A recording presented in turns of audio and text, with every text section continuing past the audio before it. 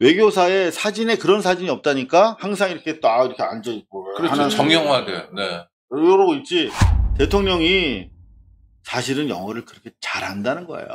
이거 기억나십니까? 중대법대에 나오셨죠? 근데 뭐라고요? 이재명 성남시장님께서 본교 영문과에 입학. 자, 영문과 입학했어. 덕풍 만리. 덕은 만리를 간다.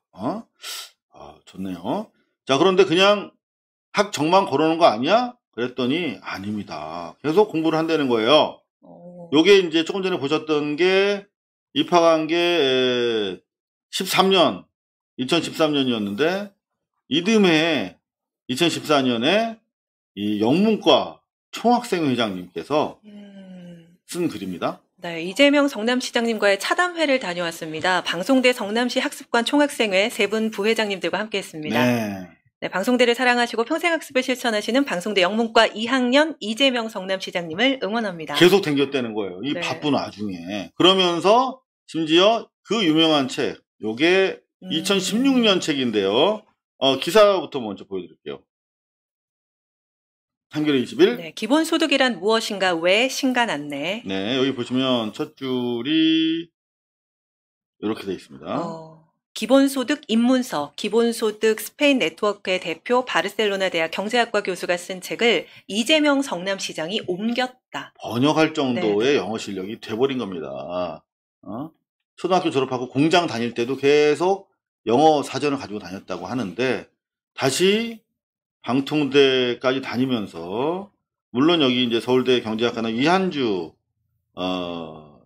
인수위 국정기획위원회 위원장. 위원장. 네, 가천대 경제학과 교수 출신이죠. 네, 이한주 교수가 이제 같이 번역을 했습니다만 책도 번역하고 영어가 상당한데 옆에서 엉터리로 번역을 하면 얼마나 더 짜증이 났겠습니까?만은 그래도 계속 이렇게 정상들과 도보 간에도 대화하고 서로 이렇게 진짜 미친 친밀감을 과시하는 성과를 보였다. 그 일 잘하는 사람, 일하는 사람은 어디를 걸어가잖아요. 사진 촬영하러 걸어가는 15초의 시간도 아까운 거예요. 그럼요. 그 사이에 손 한번 잡고 아니 뭐 이렇게 하면 너무 천박할지 모르지만 외교라는 측면에서 보면 어떤 면에서 이게 얼마짜린데 기회인데 그런 우리 정상의 투샷을 대한민국 외교사에 없어요. 네. 저 외교사도 공부를 해야 돼. 우리 학위를 받으려면. 외교사의 사진에 그런 사진이 없다니까 항상 이렇게 딱 이렇게 앉아있고. 그렇죠. 정형화돼. 네. 이러고 있지. 어깨동무하고 막 이렇게 수다, 스몰 토크를 나누는 정상 간의 사진이 없어요. 대한민국 한 장도 없어.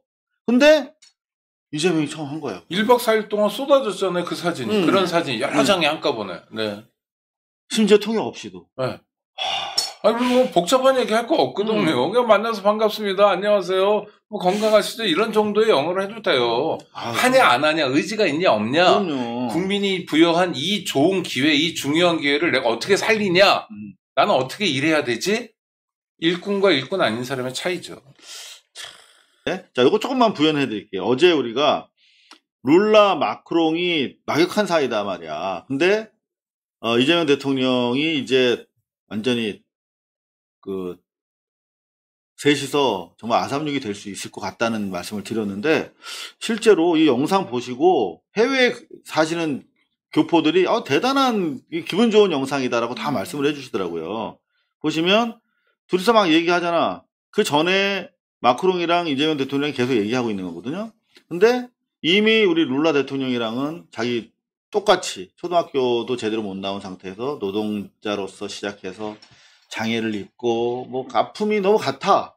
그래서 이제 친구가 됐어 막 스킨십하고. 근데 마크롱한테 소개해주는 장면이거든요. 자 보시면 이 형 나랑 친한 형이야. 그러니까 야 이거 진짜 이거 진국이다 이 친구. 이재명 대통령 너 잘 모셔. 네 형이랑 모셔? 형이라고 그래 형이라고. 그러니까 딱 윙크하면서 딱 엄지손가락 날리잖아요. 다시 그것만 좀 볼게요.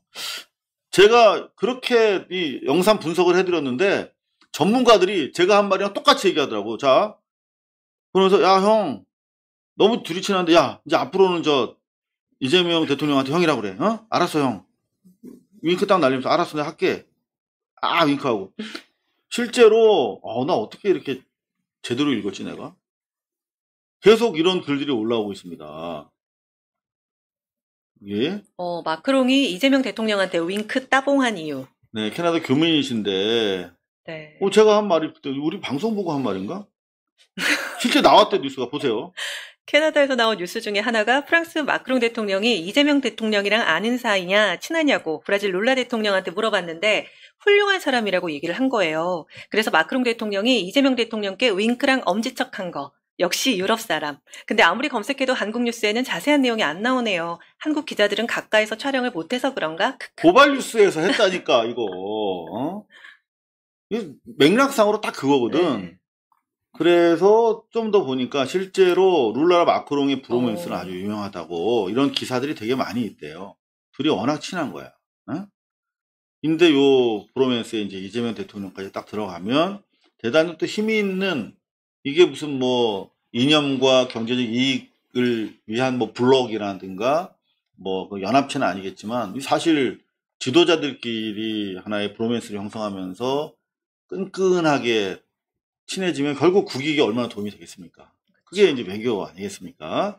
자, 그런 측면에서 상당히 이것도 성과다라고 생각이 되는데 저희 고발뉴스 가장 먼저 정확하게 짚어드렸다는데 보람이 느껴지네요. 네. 대단합니다. 뭡니까? 저기 오창희 아르미님이 너 뭐하니? 오창희 선생이 별로 그 리액션이 안 좋다는 취지로. 제가요? 전혀 아닙니다. 네.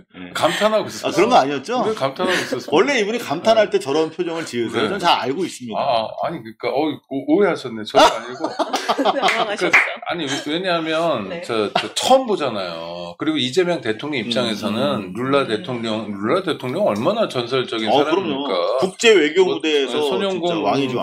경력만이 아니라, 그 다음에 노동자가 돼가지고 선반공부터 시작 금성 노조를 만들고. 선반적으로도 새끼손가락 그렇죠. 절단되고. 그 다음에 이제 PT당, 노동자당을 창당한 사람이에요. 그러니까 우리나라로 치면 권영길, 곱하기, 노무현, 이런 더하기가 아니라 곱하기, 막 이런 정도잖아요. 그래서 대통령 2번 하고. 세 번째죠. 아니, 그러니까 2번 하고 이제 물려줬죠.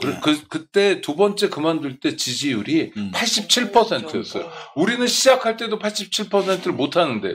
그러니까 이재명 대통령 나는 나갈 때 평가받고 싶다. 룰라처럼. 네네. 이런 전설적인 사람이에요. 그리고 그 다음에 이 부패 카르텔에 엮여가지고 감옥까지 가고 정말 모욕적인 취급을 많이 받았거든요. 근데 후임 대통령은 탄핵당하고 이래서 브라질이 얼마나 큰 민주주의 위기를 겪었어요. 똑같아요. 윤석열 같은 사람이 대통령 되고. 그래서 많은 사람들이 우리 넷플릭스 통해서 보자고요. 민주주의 위기를 한번 보자. 근데 룰라도 극복했어요. 브라질 국민들도. 대한민국도 극복했어요. 그러니까 보니까 형제인 거예요. 그렇지. 이거. 진짜 피를 나눈 형제인 거예요. 여러 가지 피, 노동자의 피, 진보의 피, 그 다음에 역경을 겪어낸 피. 그렇죠. 10분도 안 걸려요. 이런 사람들은요. 그냥 서로 그냥 이렇게 보면. 딱 만나면 알지. 딱 묻잖아요. 몇 살 때 다쳤냐고. 아우, 씨. 이러면서. 그럼 끝난 거야, 이제. 아우, 씨. 무슨 얘기가 필요해. 더구나 그들을 탄압했던 게 부자들.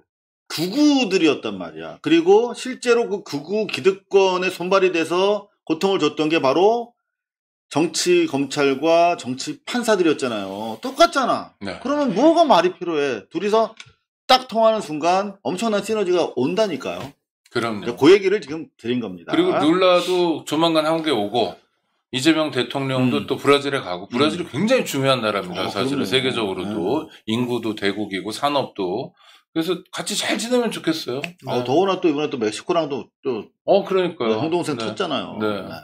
정말 엄청난 성과인데. 멕시코랑은 누나. 그러니까. 네. 네. 그러니까 원수는 이제 보통 명사니까 그렇게 표현해봤습니다. 자, 중앙일보.